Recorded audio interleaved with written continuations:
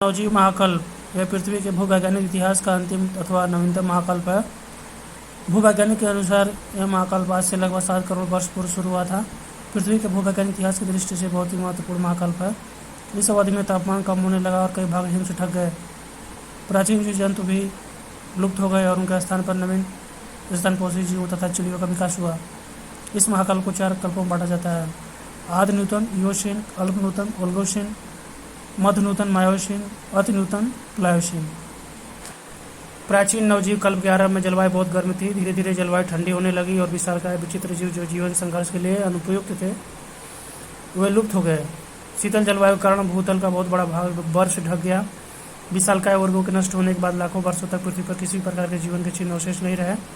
इस काल में भूमि पर वनों के साथ साथ घास भी उगने लगी। फल फूल वाले पौधे इस अवधि की मुख्य विशेषता हैं। इस अवधि में कई छोटे छोटे स्तनपोषी जीवों का उदय भी हुआ। मानव का आगमन इसी काल की सबसे महत्वपूर्ण घटना है। इस काल में मानव ने आग का पता लगाया। यह महाकाल भीषण भूगर्भीय हलचलों का काल रहा है।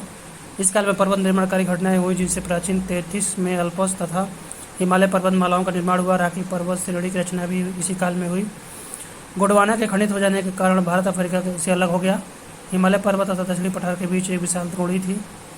इस द्रोणी को हिमालय पर्वत तथा दक्षिणी पठार से आने वाली नदियों ने अवसाद से भर दिया और उस उत्तरी भारत के विशाल मैदान का निर्माण हुआ। इसके अतिरिक्त भीषण ज्वालामुखी उद्गार भी हुए जिनसे पृथ्वी के विस्तृत भाग पर लावा का निक्षेप हुआ। कोलंबिया, पनामा तथा दक्कन लावा प्रदेश इन्हीं ज्वालामुखी उद्गारों का परिणाम है। नूतन महाकल्प यह महाकल्प पिछले 10 लाख वर्षों से चल रहा है। इसे 2 कल्पों में बांटा गया है: अधिनूतन कल्प प्लीस्टोसीन पीरियड तथा अभिनव कल्प रिसेंट पीरियड। अधिनूतन कल्प इस कल्प में पृथ्वी पर शीत का भयंकर प्रकोप हुआ है। पृथ्वी का विस्तृत भाग हिमाच्छादित हो गया। यूरोप तथा अमेरिका में लगभग 23 करोड़ वर्ग किलोमीटर भूमि हिमाच्छादित हो गई। हिम की प्रधानता के कारण इस कल्प को हिम कल्प के नाम से भी पुकारा जाता है। जीव जंतुओं के शरीर में बड़े पैमाने पर परिवर्तन हुए। दैत्याकार जीवों में अधिकांश अति शीत से मर गए। शीत से सुरक्षा के लिए कई जीवों के शरीर छोटे हो गए और उनकी हड्डियां भी छोटी हो गई। कई जीवों के शरीर में पंख लग गए और इस प्रकार पक्षियों का आगमन हुआ। कई उर्गों के शरीर पर सर्दी से बचाव के लिए बाल जम गए और तथा धीरे धीरे स्तनपोषी बन गए। वर्तमान हाथी, घोड़े, ऊंट, शेर, कुत्ते, बिल्ली आदि जीव इसी कल्प में दिखाई दिए। इसका प्रमाण इस काल की शैलों में इन पशुओं के अवशेषों का मिलना है। स्तनपोषी जीवों के अतिरिक्त इस काल में बंदर, वन मानुष व मनुष्य का भी विकास हुआ।